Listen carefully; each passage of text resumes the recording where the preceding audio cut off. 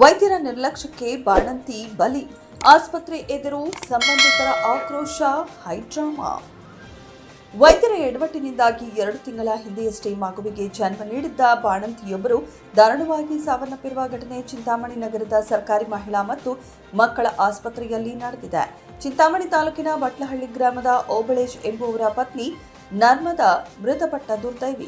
2 ತಿಂಗಳ ಹಿಂದೆಯಷ್ಟೇ ಗಂಡು ಮಗುವಿಗೆ ಜನ್ಮ ನೀಡಿದ್ದ ನರ್ಮದಾ ಅವರಿಗೆ 2 ಮಕ್ಕಳಿದ್ದಾರೆ. ಇತ್ತೀಚೆಗೆ ಕುಟುಂಬ ನಿಯಂತ್ರಣ ಶಸ್ತ್ರಚಿಕಿತ್ಸೆಗೆ ಒಳಗಾಗಿದ್ದ ಅವರು 2 ದಿನಗಳ ಹಿಂದೆಯಷ್ಟೇ ಆಸ್ಪತ್ರೆಯಿಂದ ಬಿಡುಗಡೆಯಾಗಿದ್ರು. ಆದರೆ ಶಸ್ತ್ರಚಿಕಿತ್ಸೆಯಾದ ಜಾಗದಲ್ಲಿ ಅತಿಯಾದ ನೋವು ಕಾಣಿಸಿಕೊಂಡ ಹಿನ್ನೆಲೆಯಲ್ಲಿ ಶನಿವಾರ ರಾತ್ರಿ ಮತ್ತೆ ಆಸ್ಪತ್ರೆಗೆ ದಾಖಲಾಗಿದ್ರು. ಆದರೆ ಚಿಕಿತ್ಸೆ ಫಲಕಾರಿಯಾಗದೆ ಆಸ್ಪತ್ರೆಯಲ್ಲೇ ಸಾವನ್ನಪ್ಪಿದ್ದಾರೆ. ವೈದ್ಯರ ನಿರ್ಲಕ್ಷ್ಯವೇ ಈ ಸಾವಿಗೆ ನೇರ ಕಾರಣ ಎಂದು ಕುಟುಂಬಸ್ಥರು ಗಂಭೀರವಾಗಿ ಆರೋಪಿಸಿದ್ದಾರೆ. ವೈದ್ಯರ ಬೇಜವಾಬ್ದಾರಿತನದಿಂದಲೇ ನರ್ಮದಾ ಮೃತಪಟ್ಟಿದ್ದಾರೆ ಎಂದು ಆಕ್ರೋಶಗೊಂಡ ಪೋಷಕರು ಮತ್ತು ಗ್ರಾಮಸ್ಥರು ಮೃತದೇಹವನ್ನ ಆಸ್ಪತ್ರೆಯ ಮುಂದಿಟ್ಟು ತಡರಾತ್ರಿ ಇಡೀ ಪ್ರತಿಭಟನೆ ನಡೆಸಿದರೂ ಸಂಬಂಧಪಟ್ಟ ವೈದ್ಯರು ಸ್ಥಳಕ್ಕೆ ಬಾರದೇ ಇರುವುದು ಆಕ್ರೋಶಕ್ಕೆ ಮತ್ತಷ್ಟು ತುಪ್ಪ ಸುರಿದಂತಾಗಿದೆ. ಉನ್ನತ ಶಿಕ್ಷಣ ಸಚಿವ ಡಾಕ್ಟರ್ ಎಂ.ಸಿ. ಸುಧಾಕರ್ ಅವರು ತವರು ಕ್ಷೇತ್ರದಲ್ಲೇ ಇಂತಹ ಘಟನೆ ನಡೆದಿರುವುದು ಸಾರ್ವಜನಿಕರ ಆಕ್ರೋಶಕ್ಕೆ ಕಾರಣವಾಗಿದೆ. 2 ಹಸುಗೋಸುಗಳನ್ನ ಬಿಟ್ಟು ತಾಯಿ ಸಾವನ್ನಪ್ಪಿರುವುದು ಗ್ರಾಮದಲ್ಲಿ ಶೋಕ ಸಾಗರ ಮೂಡಿಸಿದೆ. ನ್ಯಾಯ ಸಿಗುವವರೆಗೆ ಹೋರಾಟ ಮುಂದುವರೆಸುವುದಾಗಿ ಮೃತರ ಕುಟುಂಬಸ್ಥರು ಎಚ್ಚರಿಸಿದ್ದಾರೆ.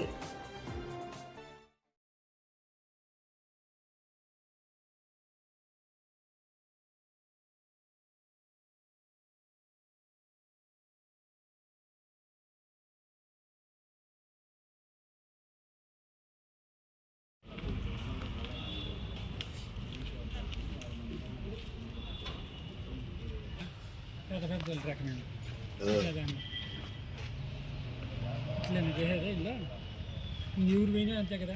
సన్నా పన్న వాళ్ళే కదా వచ్చేది, దేవుళ్ళు అండి నమ్ముకొని హాస్పిటల్కి. దేవుడు కన్నా దయ లేకపోతే అందరూ డాక్టర్లు అంతా ఏం చెప్పారు, నీకు క్లియర్ అయిపోయింది, బాగా నీకు ఏమన్నా ప్రాబ్లం లేదు జీవితంలో, మేము చూస్తామని చెప్పిన వాళ్ళు హామీ ఇచ్చిన వాళ్ళు హాస్పిటల్లో దేవుడితో. దీనికన్నా వాళ్ళని బచ్చిగా చూస్తారు. ఈ కోతి ముందు పువ్వు పెట్టి దీనికి ఆడతాయి. లేదా నువ్వు రాసి ఇచ్చాయి కదా, ఇక ఇట్లా అయిపోయింది ప్రాబ్లం, నువ్వు ఎక్కడైనా వేరే చేపించుకో లేదా చూపించుకున్నాం కదా. లేదు మేము అన్నీ బాగా చేసేసినాము, మేము నీట్గా చేసేసినాము, చేసేసినాం నారాయణ డాక్టర్ పక్క వీళ్ళంతా స్కానింగ్ చూపిస్తా అంటే స్కానింగ్ రాసేది ఒప్పుకోదు. కరెక్ట్గా 7 ದಿನ ಅయింది ಮಾಮ ಭೋಜನ ಮಾಡಿದ್ರು.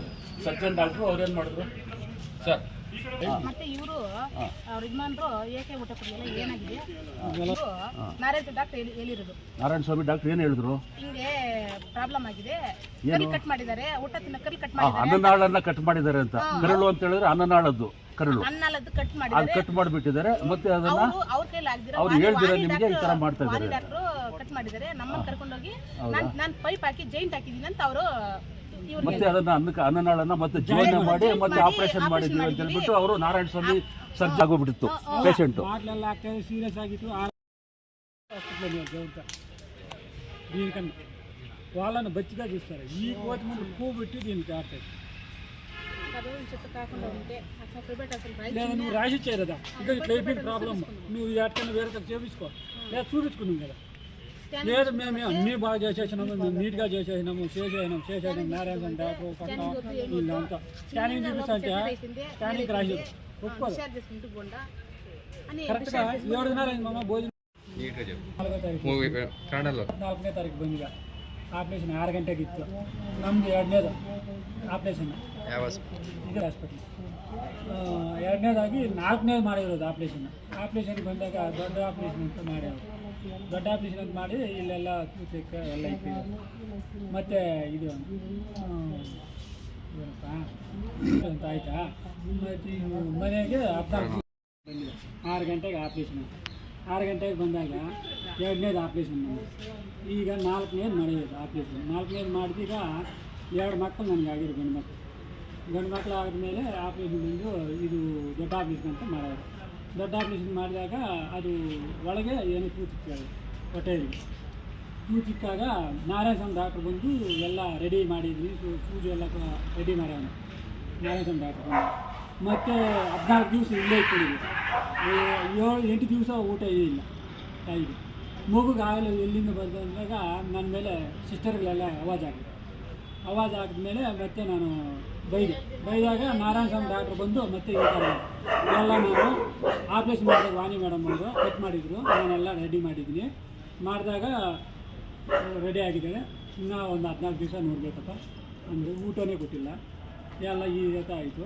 ಮತ್ತು ಗುರುವಾರ ಸಾಯಂಕಾಲ ಬಂದು ಎಲ್ಲ ಡಾಕ್ಟ್ರು, ಸಂತೋಷ್ ಡಾಕ್ಟ್ರು ಎಲ್ಲ ಸ್ಟಾಫ್ ಎಲ್ಲ ಬಂದು ಮಾತಾಡಿ ಎಲ್ಲ ಆರಾಮಾಗೈತಪ್ಪ, ಎಲ್ಲ ಫೋಟೋ ನೋಡು, ಎಲ್ಲ ವಾಸಿ ಆಗಿದೆ, ಈಗ ಕರ್ಕೊಂಡು ಹೋಗ್ಬೋದು.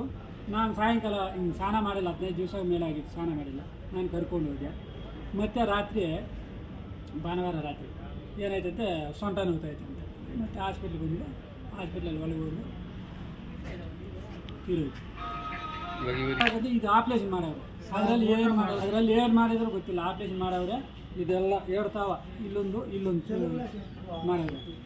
ಮಾಡಿಬಿಟ್ಟು ಇದು ನಮಗೆ ಏನು ಗೊತ್ತಾಗಿಲ್ಲ ಅಂತ ಎಲ್ಲ ನಮ್ಗೆ ಗೊತ್ತಾಗಿಲ್ಲ. ನಾನು ಅವಾಜ್ ಆದಮೇಲೆ ನಾರಾಯಣ ಸ್ವಾಮಿ ಡಾಕ್ಟ್ರು ಬಂದು ಈ ಥರ ಹಿಂಗೆ ಮಾಡಿದ್ದಾರೆ, ಕಟ್ ಮಾಡಿದ್ರು, ನಾನು ರೆಡಿ ಮಾಡಿದ್ದೀನಿ, ಎಲ್ಲ ವಾಸಿಯಾಗಿದೆ, ಎಲ್ಲ ಆಸ್ಪತ್ರೆ ಬಿಲ್ಲು ಎಲ್ಲ ಆಚೆನೆ, ಎಲ್ಲ ಇದೇ ಮೆಡಿಕಲ್ ಸ್ಟೋರಲ್ಲಿ 27,000 ಮೆಡಿಕಲ್ ಬಿಲ್ಲು ಎಲ್ಲ ಹಾಕಿದ್ದೀನಿ. ಇಟ್ಕೊಂಡು ಬಂದು ಎಲ್ಲ ನಂದೇ ಸ್ವಂತ, ಇವರಿಂದ ಏನು ಕೊಟ್ಟಿಲ್ಲ, ಗ್ಲುಕೋಸ್ ಬಾಟ್ಲು ಕೂಡ ಕೊಟ್ಟಿಲ್ಲ. ಆ ಥರ ನಮ್ಗೆ ಇಲ್ಲಿ ಫಸ್ಟ್ ಆಪರೇಷನ್ ಯಾವುದು ನಾರ್ಮಲ್ ಡೆಲಿವರಿ, ಮುದ್ದೆನಲ್ಲಿ ನಾರ್ಮಲ್ ಡೆಲಿವರಿ ಅಷ್ಟೇ, ಎಲ್ಲ 2 ಮಕ್ಕಳು ನಾರ್ಮಲ್ ಡೆಲಿವರಿ. ಈಗ ನ್ಯಾಯ ಬೇಕು ನಮ್ಗೆ. ನಮ್ಮ ಹೆಂಡತಿ ತೀರೋಗಿದೆ, 24 ವರ್ಷ ಅಷ್ಟೇ ತೀರೋಗಿದೆ.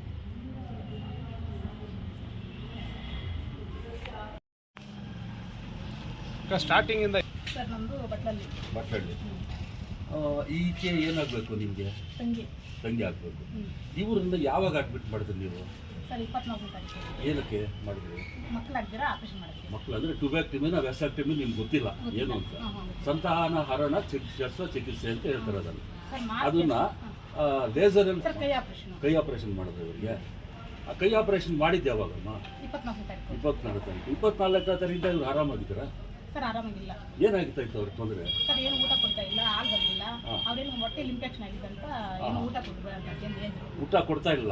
ಊಟ ಕೊಡ್ಲಿಲ್ಲ ಅಂತ ಎಷ್ಟು ದಿವಸ ಆಯ್ತು ಹೇಳಿದ್ ನಿಮಗೆ? ಅವ್ರು ಎಷ್ಟು ದಿವಸದಿಂದ ಅವ್ರನ್ನ ಉಪವಾಸ ಇಟ್ಬಿಟ್ರು? ಸರ್ 7 ಡೇಸ್ ಗ್ಲೂಕೋಸ್ ಅಲ್ಲಿ ಆಗ್ತಾ ಇದ್ರ? ಗ್ಲೂಕೋಸ್ ಇಂಜೆಕ್ಷನ್ಸ್ ಅದೇನನ್ನ ಇದ್ರು ಕೊಡ್ತಾ ಇದ್ರು. ಅವ್ರು ಕೊಡ್ತಾ ಇಲ್ಲ, ನಾನು ಇಲ್ಲಿ ತಗೊಂಡು ಬಂದು ಎಲ್ಲ ಪ್ರೈವೇಟ್ ಹಾಸ್ಪಿಟಲ್. ಅಂದ್ರೆ ನಿಮಗೆ ಇವರು ಗೌರ್ಮೆಂಟ್ ಅವರು ಪ್ರೊವೈಡ್ ಏನೋ ಮಾಡ್ತಾ ಇಲ್ಲ, ಎಲ್ಲ ನೀವು ಲೋಕಲ್ ಪರ್ಚೇಸ್ ಮಾಡಿಕೊಂಡು ಆ ಅಮ್ಮನಿಗೆ ನೀವು ಹಾಕ್ತಾ ಇದ್ರು. ಅವ್ರು ಬರ್ಕೊಟ್ಟೆ ನಾವು ಆಚೆ ತಗೊಂಡು ಹೋಗಿ ಅಲ್ಲಿ ಕೊಡ್ತಾ ಇದ್ರು. ನೋಡಿ, ಯಾಕೆಂದ್ರೆ ಹೇಳಿದ್ರೆ ಗೌರ್ಮೆಂಟ್ ಹಾಸ್ಪಿಟಲ್ ಬೇರೆ ಕಡೆ ಬರ್ಕೊಡ್ದು ಅಂತ ಸರ್ಕಾರ ನಿಯಮ ಇದೆ, ಆಮೇಲೆ ಸರ್ಕ್ಯುಲರ್ಗಳಿದೆ. ಆ ಸರ್ಕ್ಯುಲರ್ಗಳನ್ನ ಪಕ್ಕಾ ವೈಲೇಷನ್ ಮಾಡಿದ್ದಾರೆ ಅಂತ ಹೇಳ್ಬಿಟ್ಟು ಅವ್ರ ಬಾಯಿನಲ್ಲಿ ಹೇಳ್ತಾ ಇದ್ದಾರೆ. ಆಮೇಲೆ ಇವರನ್ನ ಯಾವತ್ತು ಹೆಚ್ಚು ಕಮ್ಮಿ ಜಾಸ್ತಿ ಸೀರಿಯಸ್ ಆಯಿತು? ನೆನ್ನೆ ಸಾಯಂಕಾಲ ಸೀರಿಯಸ್ ಆಯ್ತಾ? ಏನು ಹೇಳ್ತಾ ಇದ್ರು ಅವ್ರಿಗೆ? ನಿಮ್ಗೆ ಏನು ಹೇಳಿದ್ರು ಇವ್ರು ಪಾರ್ಟಿ? ಈ ಅಮ್ಮ ಬೊಕ್ಕಲು ನೊಪ್ಪು ತೆಲುಗುಲನ್ನು ಚಪಾತಿ ನೋವು ಅಂತ ಹೇಳಿದ್ರು. ಆಂಬುಲೆನ್ಸ್ ಕರೆಸಿ ಆಂಬುಲೆನ್ಸ್ ಅಲ್ಲಿ ಕರ್ಕೊಂಡು ಬಂದ್ರೆ ಕರ್ಕೊಂಡು ಒಳಗಡೆ ಕಳಿಸಿದ್ವಿ, ಅಲ್ಲೇ ಡೆತ್ ಆಗ್ಬಿಟ್ಟು ಒಳಗಡೆ ಡೆತ್. ಆಪರೇಷನ್ ಮಾಡುವಾಗ ಮತ್ತೆ ನಿಮಗೆ ಯಾರಾದ್ರೂ ಕರೆದು ಅವತ್ತೇ ಹೌದು ಸರ್, 7 ಡೇಸ್ ಎಲ್ಲೇ ಇಲ್ಲ, ನಮ್ಗೆ ಏನಿಲ್ಲ, ಹೊಟ್ಟೆಲಿ ಇನ್ಫೆಕ್ಷನ್ ಅಂತ ಹೇಳಿದ್ರೆ ಇನ್ಫೆಕ್ಷನ್ ಅಂತ ಹೇಳಿದ್ರು. ಮತ್ತೆ ಅವ್ರು ಕೊಟ್ಟಿರೋ ಸ್ಟ್ರಿಪ್ಸ್ ಇದೆಯಲ್ಲ ನಿಮ್ಮ ಹತ್ರ, ಪ್ರಿಸ್ಕ್ರಿಪ್ಷನ್ ಎಲ್ಲಿದೆ? ಅದು ತಗೋಬೇಕು ನೀವು. ಹೋಗಿ ಯಾರಾದ್ರೂ ಕಳಿಸಿ ತಗೊಂಡು ಇನ್ಫೆಕ್ಷನ್ ಅಂತ ಹೇಳಿದ್ರು.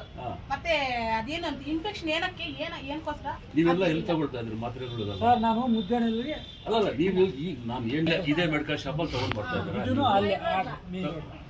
ಇದ್ರ ನಿಮಗೆ ನೋಡಿದ್ರ ವೈದ್ಯಾಧಿಕಾರಿ ಯಾರು? ವಾಣಿ ರೆಡ್ಡಿ ಅವರೇ ನೋಡ್ತಾ ಇದ್ರ? ಅವತ್ತಿಂದ ಮೊದಲಿಂದಾನು ಅಲ್ಲ, ಮೊದಲು ಈಗ ಅಲ್ಲ ಎಲ್ಲಾದ್ರೂ ಇರ್ಲಿ ನೋಡ್ತಾ ಇದ್ರು. ಮಗು ನೋಡ್ತಾ ಇದ್ದಿದ್ದು ಯಾರು? ಮೊದಲು ನೋಡ್ತಾ ಸರ್ಜನ್ ಡಾಕ್ಟ್ರು ಅವ್ರೇನ್ ಮಾಡಿದ್ರು ಸರ್? ಮತ್ತೆ ಇವರು ಅವ್ರ ಯಜಮಾನ್ರು ಏಕೆ ಊಟ ಕೊಡಲಿಲ್ಲ, ಏನಾಗಿದೆ?